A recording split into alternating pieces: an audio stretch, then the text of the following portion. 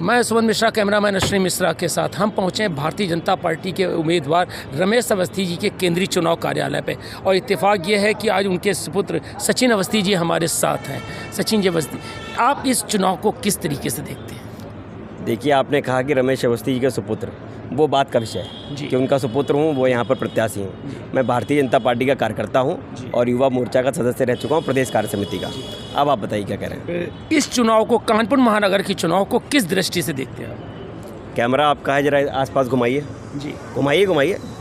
दृष्टि इस समय कैमरा है जी, और यही कैमरा आप ले जाइए कांग्रेस कार्यालय पे। जी, वहाँ पर आपको एक मक्खी भी नज़र नहीं आ रही होगी इधर उधर। नहीं, यहाँ पर सैकड़ों कार्यकर्ता रात के 9:30 बज रहे हैं और आपके सामने हैं। तो दृष्टि मेरी नहीं, दृष्टि आपका कैमरा होना चाहिए। यही कैमरा आप एक बार यहाँ से जाने के बाद 5 मिनट 10 मिनट का समय लगेगा, जरा कांग्रेस के कार्यालय में घुमा लीजिएगा। वहाँ परिंदा भी पर नहीं मार रहा है। ये इस बात का सबूत है कि कांग्रेस कहीं भी नहीं है। भारतीय जनता पार्टी का प्रत्याशी और भारतीय जनता पार्टी भारी बहुमत से कानपुर से जीतने जा रही है। मुद्दा इस बार वैसे कुछ दिख तो नहीं रहा है, लेकिन विकास को मुद्दा और बेरोजगारी को मुद्दा बनाया गया। कानपुर का कितना विकास हुआ है? कानपुर का पूरा विकास हुआ है? कितना? नहीं, अच्छा खासा विकास हुआ है। प्रधान, क्या कानपुर के विकास को विकास मानते हैं? क्या देश के विकास को विकास नहीं मानते हैं आप? मैं जब सांसद आपने स्वयं कहा मुझसे कि विकास बहुत हुआ है, फिर विरोधी क्या कह रहे हैं? विरोधी के पास कहने के लिए कुछ नहीं है।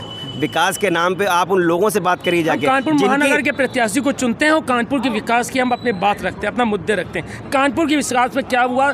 स्मृति ईरानी के टाइम से आंदोलन चल रहा है कि लाल इमली शायद चालू होगी, लेकिन अब उसकी भी कब्रगाह बन चुकी है, कंप्लीट बंद कर दी है। देखिए, भारतीय जनता का पार्टी का प्रत्याशी या कोई प्रत्याशी चुनावी समय में आदमी बड़ी बड़ी बातें करता है। जी हाँ। भारतीय जनता पार्टी का प्रत्याशी जब 4 जून को यहाँ से जीत के जाएगा तो 6 महीने के अंदर कानपुर का विकास आपको दिखेगा। हमारे कहने में विकास नहीं दिखेगा आपको। जब प्रत्याशी आदमी होता है तो उस समय बड़ी बड़ी बातें कर देता है। लेकिन हम जो बात आपसे अभी कह रहे हैं, हमारा आकलन आप करिएगा 6 महीने के बाद, 4 जून के नतीजे आने के बाद, फिर आप मुझसे बात करिएगा। ये मुद्दे, इनका समाधान आपको करना है। हमारा काम बोलेगा, हमारी बातें नहीं बोलेंगे। 10 साल द्रोण जी, 5 साल पचौरी जी, उसके पहले 5 साल मुरली मनोहर जोशी जी। अब ये क्या कोई एक विद्यालय है जो हमारे किसी प्राइवेट स्कूल को टक्कर दे सके? क्या कोई एक विद्यालय? आपको केवल भारतीय जनता पार्टी का कार्यकाल दिखता है? नहीं, आपको कोयला घोटाला नहीं दिखा? मैं विद्यालय की बात कर रहा हूँ।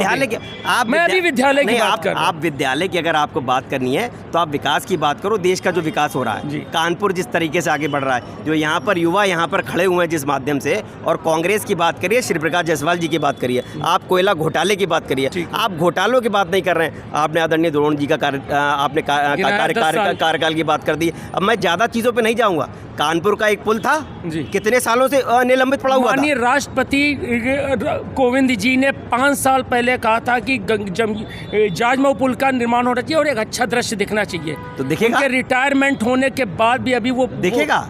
4 जून तो आने दीजिए। थैंक यू, मुलाकात करेंगे इलेक्शन के बाद भी। धन्यवाद।